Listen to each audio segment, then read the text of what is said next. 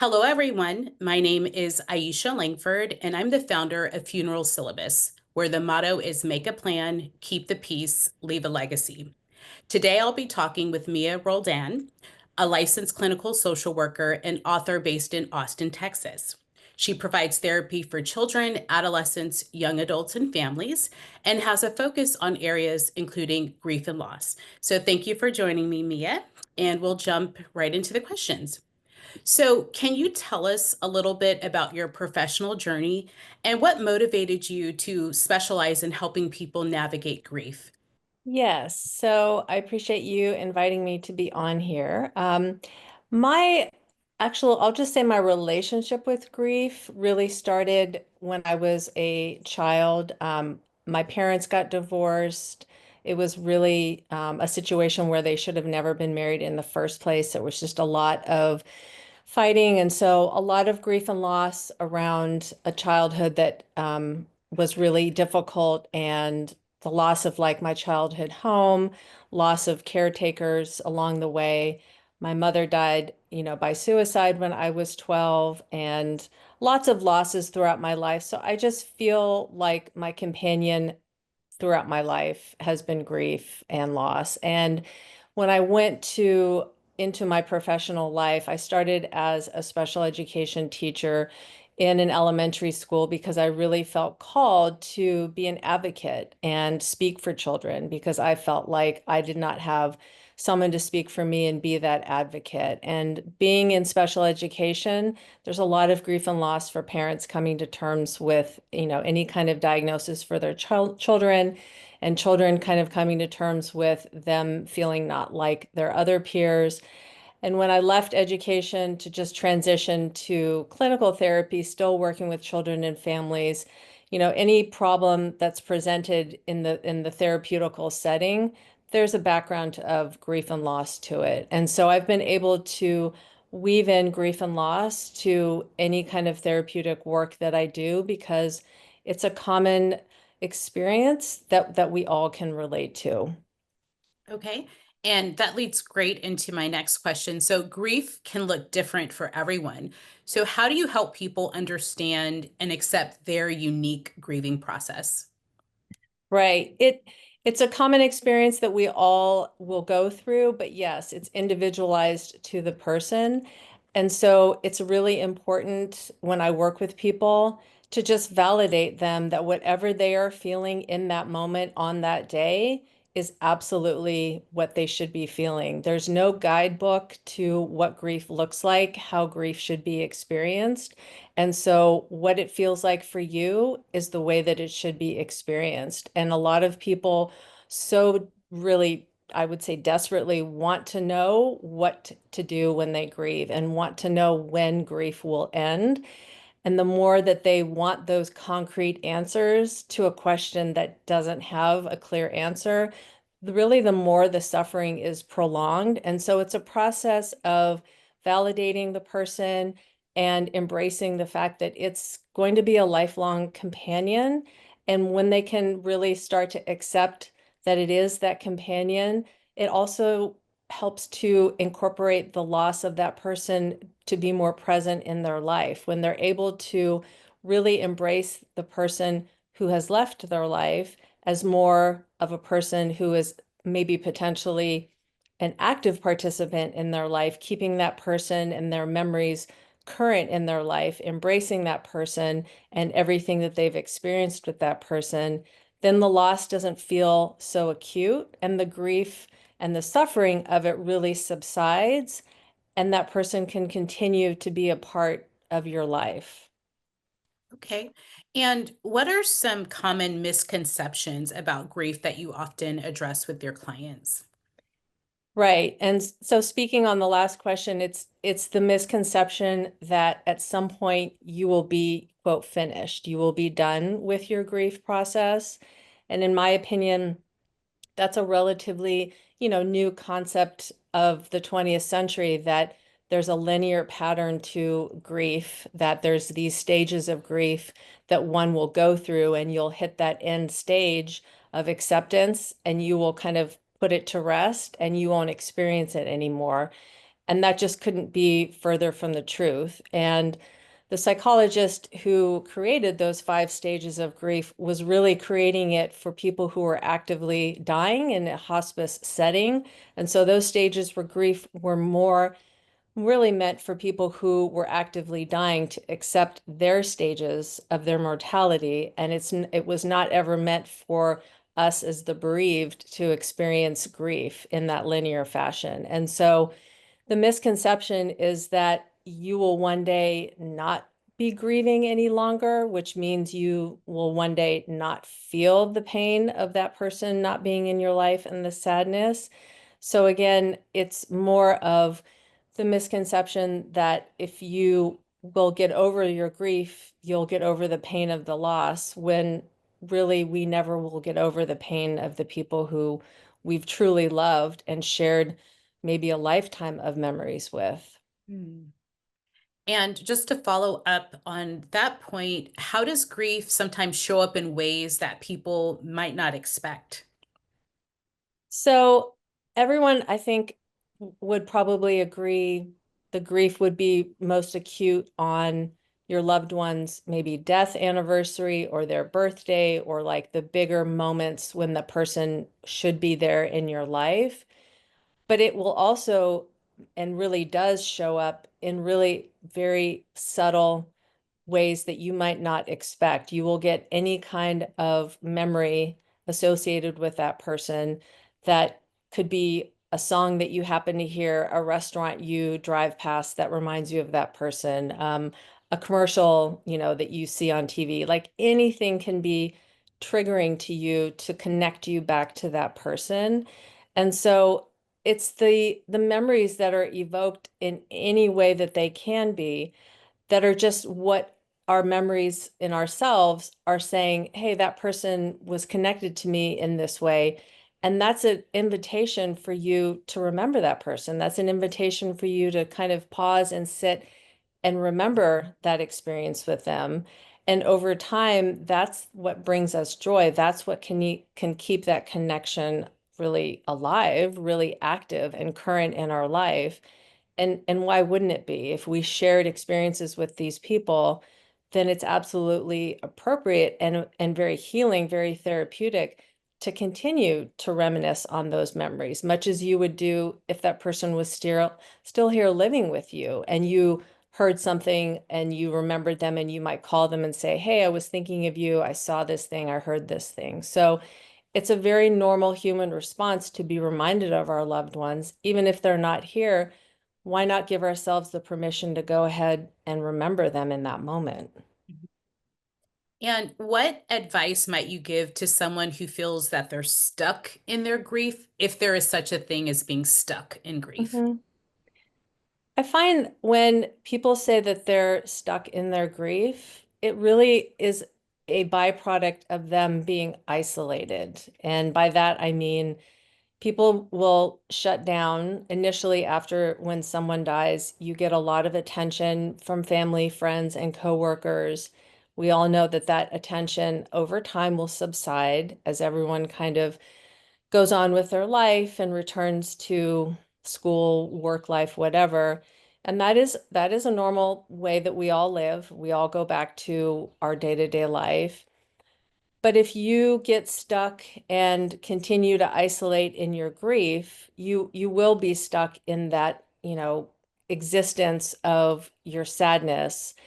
And people get stuck when they don't continue to go back to the things that they really enjoyed, go back to, hobbies, activities, extracurriculars, seeing friends and family on a regular basis, whatever it is. You will get stuck if you continue to isolate. We are humans, we are social beings, we were never meant to be solitary. And grief is a very, intense, acute feeling at the beginning when we lose our loved ones. And so I always encourage people to embrace that sadness, experience that sadness, honor that sadness, but continue then to reach out to people and continue to do the things that also bring you joy, and connecting to the other people in your life and giving them an opportunity to sit with you and share your sadness. Not that it's an expectation that every time you see your friends and families, you have to talk about your grief, but just you being around your community is in and of itself so healing. And so that isolation is where I really will see people always get stuck. So I encourage them not to isolate. And once they recognize that they're doing that, that's where we can start to find ways to not isolate and the steps to get out of that isolation. Mhm. And you wrote a book that I actually have called Navigating Grief, a Guided Journal. Can you just tell us a little bit about how strategies such as journaling can help people deal with their grief? Yes. So when the publisher asked me to write this book, they described it as an interactive journal. And I really like that notion of it's not a linear book that you read, from chapter one to final chapter. I kind of describe it as therapy or kind of a support group in a book. You can flip through the book and go to any page. And if it calls to you, if it's something that you find yourself drawn to do or to read, then that's what you do. And it's full of, inspirational quotes, journal entries, activities, motivational quotes. It's really something to kind of pick you up on that day, in that moment that you're feeling maybe stuck, maybe really sad, maybe just lost on that day. And it really speaks to something that you can do in the moment to honor the person, something you can do in the moment to really embrace the feelings that you're having, whatever they may be. And it really speaks to that universal feeling that we all go through. I really wanted to make that book an experience that is relatable, that anyone who wanted to pick that book up and whatever their loss is, whoever they lost in their life, they could feel like this book speaks to me. I can find a way to process and to think about my loved one through any of the pages of that book, any of the activities, any of the journal prompts, because it's a way of tapping into the feelings that you're having, externalizing them, getting them out of yourself instead of isolating them within your own mind. And it's very, very healing and therapeutic when you do that. Okay. And I actually wanted to read just a couple example prompts. So, one of them is the stories we have about what we've lost, whatever it may be, can instantly connect us to the spirit of that entity. Share a personal memory about a meaningful experience with whom or what you've lost in the space below. And then there's another quote just on the next page about food. And it says, food is often tied to strong memories of people, places, and life events. Find a recipe that comforts you. Plan to make it and then share it with others. Afterward, reflect on these questions. How does this food nourish you physically and emotionally? How did the experience of making and sharing food with others feel? Share that story here. And there's a lot of I think, very deep and personal prompts. And then, well, I won't say they're lighter prompts, but things like food that you may not think Sure. about to like make a recipe to honor someone's memory. And so I'm curious of how did you select the writing prompts in the journal? So some of the prompts, come from my own experience.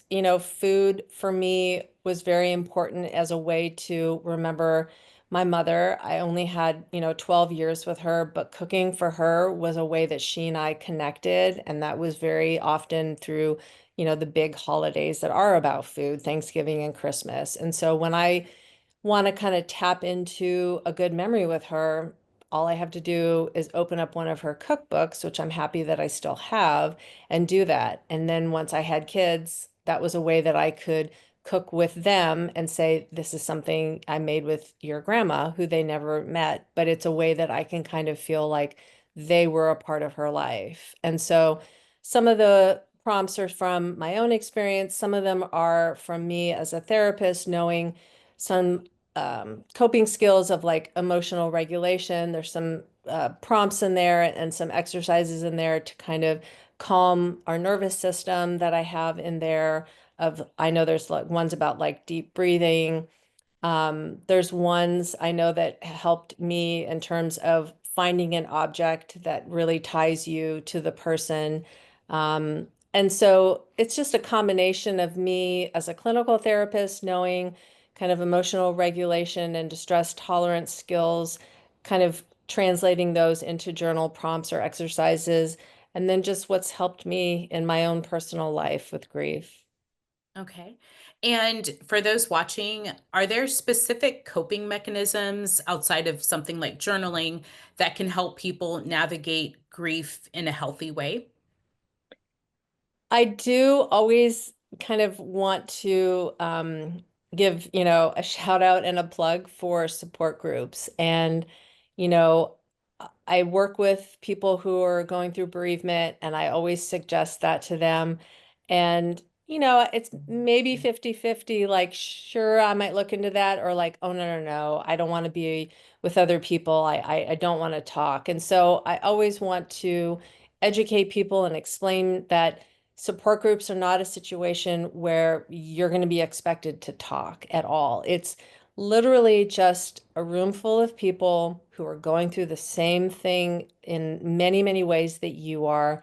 It's being in community with other people who know what it's like, that you've experienced a loss, they've experienced a loss, and literally just sitting and hearing other people's stories, that you are not alone, that other people are experiencing what you're experiencing. That in and of itself is healing. And like we talked about earlier, that isolation factor, a support group is a great way to just get you out of the house. And so that, is one thing that I really always recommend to people.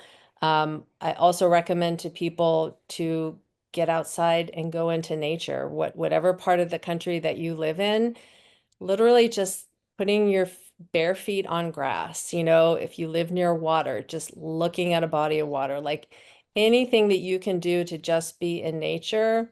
You don't have to do any kind of mindful activities. Like, it is mindful when you are in nature. So it's very simple things like that that don't cost any money, don't take a lot of time, that really are so regulating to our nervous system, are, just in and of itself like great distractions. Just kind of take a big pause out of your day and really connect you to so much beauty and so much community, and really can change and shift your perspective, even for just, temporarily, whether it's a 10-minute walk around the block or you go to a support group for an hour. But that one moment in your day, it really creates this ripple effect that will sustain inside your mind and your body and your soul, that is over time is so healing. That's great advice. Um, One thing that we all know is that if we haven't experienced death or grief, we will eventually at some point do that. And even though that is very difficult, you still have to go to work, you still have family, you still have children, all the things keep going. So Mm. how can people balance grieving with their everyday responsibilities? So acknowledging the grief, but also acknowledging that we still have to do all the things, right? Hmm. You know, um, it's interesting because when I wrote the book that you mentioned, the Navigating Grief, in 2021, I was in the middle of writing it when my father died. And I remember I mean, yes, I'm not a grief expert, right? But I have grief in my life and I work with it. But I'm not gonna sit here and say that I'm the most healthiest person in terms of dealing with grief. And I remember going to the manager I worked in a healthcare clinic at the time, and I remember going to her saying, please don't tell anyone that this happened. I'm just gonna like take some time off and deal with this, because I was like, oh, I don't want the attention of people like coming up to me and talking to me. Well, that was the absolute worst thing I could have done, because I deprived myself of letting people comfort me, and I deprived other people of having that connection with me. And so returning to the workspace means you let people know in whatever way that feels comfortable, to you as an individual, but you let people know, like, hey, this has happened in my life, so that people have an opportunity to normalize okay, so and so has experienced a death loss. Let, people rally around you. Let people show you that they care because, like you said, we're all going to experience a death loss at some point in our life. It's a human experience we all will have. And so that's something that is very normal. And so let people show you that they care. And so whether it's a child who's experienced a death loss, educate the school, make sure that the school knows what's happened so that when that child goes back to school, the teachers and the staff are aware so that they have kind of a soft landing for that child to go back to. And the same for you as an adult going back to your work experience. But it also, in addition to that, is about, like I said at the very beginning, giving yourself the permission to just pause if you are going back to your, quote, normal life and routine, and you're just not feeling it. You've got a day that you are going through the motions of it and you're distracted and you're not able to focus. You have that permission to go to whoever you need to go to and say, I need to either take a pause, I need to go take a break, or I need to just take the rest of the day off. And hopefully that lands, well with whoever you say that to. But grief is about giving yourself permission to be in that moment and have those feelings and honor the feelings, because in doing that, you honor your loss, which honors that person, which is all part of the process of the healing. And so we all have to return to our life, but it doesn't have to be with a definite, like, it has to look this way. I have to go back full time. I have to be back up to, up and running like I used to. It's day by day. It's like, how are you feeling today? What do you feel like you can do? If you're not able to get to all the things, maybe delegate and be like, I'm not really up to the carpool. Can someone help me with this? Like, it's about reaching out again. It's about the community around you. Like, who can you go to and ask for help? Sometimes, a lot of times, myself included, it's hard to ask for help. It's hard to lean on people. Just do it. It's what people want. People want to be there for you. People want to offer help. We don't know what to do when someone's had a death loss. We're always like, whatever you need, I'm here. Whatever you need, I'm here. So people want to have you come to them and say, I really need you to, go to the grocery store and pick up my Instacart or whatever the case may be. So giving yourself permission to go back to your life as you feel and asking for the help when you feel like you're going to need it. And kind of piggybacking on the idea of people want to help and want to be supportive, what are some of the most helpful and I guess least helpful things that we can say to someone who is grieving? Hmm. Um, I think, you know, the I think the first thing that we all think of is to say like, I'm sorry, you know. Um, and it's going to be unavoidable. We're all going to say it. I say it. We all say it. And I think anyway, we're going to say it, but I think to follow it up with understanding more of what the person is experiencing. So following it up with, that must be really hard. How are you doing? Instead of we assume how they're doing, like, wow, what can I do? Follow it up with how are you doing today? Letting the person have a moment to kind of speak to how they're doing. And if they're not really wanting to speak and you can tell the other person is uncomfortable, which is normal, because they're being asked that over and over and over, and you don't want to talk about it. So it's also really just very helpful to just talk to that person as you normally would talk to them, even though, yes, the grief is really first and foremost on your mind, maybe on their mind, and you feel like it needs to be addressed. You can also just address it briefly and say, have you seen the new movie or the new episode of that? Like a normal thing that you would already be talking to them about. Um, People, like you said, we all have to go back to life and people want to go back to some sort of routine and normal, quote, normal life. They want to feel like there's some sort of regularity and predictability because grief throws us off our schedule in so many different ways. So people want to feel kind of that normal rhythm of day-to-day life and the predictability of it. So letting people see you as the coworker or the friend that would ask them, do you want to go to trivia night on Friday like you normally would? So engaging back in those normal activities, um, not always asking them or approaching them with, do you need anything? Can I help you? But more of, hey, let's go for coffee, or things that are being offered that are not always around the grief, but around them as your friend, knowing like this is what we would normally do. Right. So it's about normalizing the grief through sometimes not even addressing it, just being the same friend, coworker, whoever that you were before it happened. But I think we get a lot of fear, and myself included, like I want to say something, I want to do something, but just you being there and consistently showing up, that is doing something. We don't have to, we can't fix it, we can't make it go away. You being yourself is enough. Okay, that's very helpful. I've seen a lot of different suggestions online on social media about, if you know someone has a grief or issue, just do something, just show up with food, just, I don't know, just do the thing, but don't ask them what they need because they may not know what they will need. Hmm. So, how can family and friends offer meaningful support but without overstepping or without like over assuming that we magically know what they're going to need without asking? Hmm.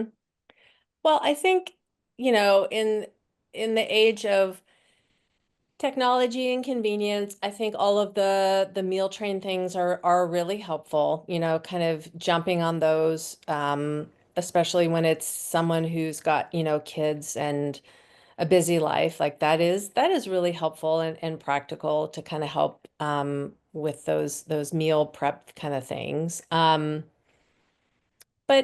I mean, again, it's being able to be there over the long term and be consistent and not feel the need to be all front end help right away, because the person is going to be inundated, not just with people coming to help, but inundated with, as you know, all the details and the nuts and bolts maybe of the funeral planning and the estate and the who knows what the complications are of the actual loss of that person and what the family member has to deal with. So there is so much that happens when someone dies that can be very complicating and very distressing in and of itself. And so sometimes it's helpful to just call and not even mention the death loss at all. And I would say that's not disrespectful and not an unhelpful thing to do, but just being a regular phone call and a regular check-in, and asking someone if they need, or not need, but if they would like to, go for coffee, if they want to go to the new restaurant that just, I mean, something that just gets them out of whatever they're actually having to deal with in the moment, and continuing to do that, continuing to be consistent with asking for the help that you need. I think we all get a little intimidated, like you're saying, of like the right thing to say, or being careful not to say the wrong thing. If you focus on that, you're more likely to say the wrong thing, honestly. So just letting go of all the should or shouldn'ts, and just be yourself. This is your friend. They're the same person they were before the death loss, and treating them the same that they would be treated, in any way that they've meant to you, however long they've been in your life, honestly. And I can attest to that. I had a friend some years ago that lost a loved one. And I was checking up to see how things were going. And she said, I just want to do like a normal thing that's not talking about the death or all the Yeah. issues. So I think she was helping me, I want to say, like, look up like random like flowers on the internet, but something like totally separated because they were so you get so much focus and so much attention, understandably so, but that you're kind of swamped with a loss, Yeah. death, and funeral and all the things that you just maybe want to like go pick out like tea or coffee, like you said, or just go get Yes. nachos, something regular and Yes. normal because you're just kind of consumed with Yes. loss times and all of the attention. So it's nice to remember that, people want to do regular things also and not just Regular. totally be associated with their death loss. Right. I have another question about if someone feels really disconnected or unsupported in their grief. What are some things that they should do? I mean, should they, I don't know, reach out maybe to a support group or Mhm. be a therapist or talk to their friends or families who they think are maybe being unsupportive? But that's also, I think, a feeling sometimes people have that they're not being supported in the way that they expected or would hope for. hmm I mean, I think sometimes that sense of feeling not supported or disconnected comes from the people closest to you who maybe are also experiencing the death loss, and can't show up for you because they're just going through their own pain and loss. That happens a lot, with maybe siblings or just the immediate family. The people you would normally turn to, they're just going through their own feelings, and processing the death loss themselves. And so, I think that would be a good time for you to kind of reach outside of your inner circle, reach outside of the network of people that you contact on a regular basis and, give some other people a chance to hold that space with you. That's, one way to go about it. Yes, therapy would be another way to do it if it's kind of prolonged, if it seems to be going on, if you also seem to be feeling stuck, reaching out to a therapist that specializes in grief and loss. I'm always going to be, an advocate of finding someone that you feel like you click with, to just talk about that. Of course, support groups too. So all of those would be something I would think if you're feeling that sense of disconnect. Mhm. And this is a related question, but how would someone know that it's maybe time to seek out professional support for their grief? So, Mm, sadness is normal, all of the feelings and emotions around a death loss or other types of loss are normal, but at what point would someone say, maybe I really should talk to a professional about my grief? mhm. Yeah, I think when the grief kind of is very prolonged and gets more acute to the point where you are missing a lot of work or school if you're a young adult, if you kind of stop engaging altogether in things that you normally would do, if you have a hard time doing any kind of self-care, if you have a hard time eating, you've kind of lost your appetite, like those are all symptoms of, honestly, depression. And I'm not saying that people have depression, those are symptoms of depression. Depression is something that has to be diagnosed by a mental health professional. But those are the symptoms that are looked at when you think about diagnosing someone. So, you kind of ask someone, how are you taking care of yourself? Are you engaging things that you normally do?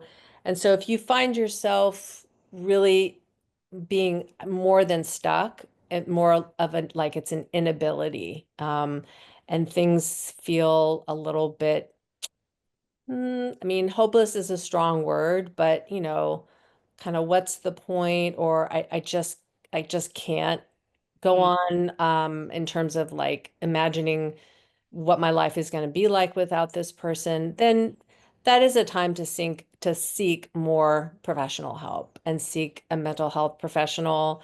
Also, just maybe your primary care doctor to just kind of maybe look into some psychotropic medications for depression that, would be temporary to just address in the moment. Because sometimes, if it is a case where you need mental health professional help, that paired with medication is the best intervention. Those two things together is better rather than just one or the other. But certainly just talking to any kind of mental health professional and or your primary care doctor to just have someone do an assessment and tell you their professional opinion.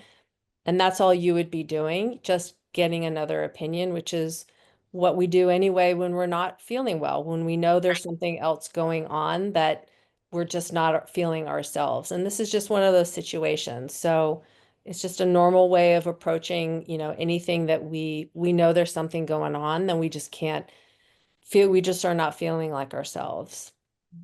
And I've also heard of this term complicated grief. Mm-hmm. What is complicated grief and how is that treated differently than, I guess, normal grief? Mm-hmm. Complicated grief is the result of a situation where the death loss is a result of something really traumatic. If it was a murder, if it was, a horrific kind of a car accident or a DUI, drunk driving accident, or something where the person died suddenly, unexpectedly, if someone was to take their own life. So, if someone has passed in a way that was really unexpected, and or traumatic, then that is going to complicate your grieving process because that is going to be all that you can really feel in the moment. That is such a huge, intense emotion to process in and of itself that you really need professional, in my opinion, professional help to really process that before you can even get to the fact that this person is not here and you're grieving that loss. And so complicated grief is something that I do recommend people get mental health professional help for. Okay.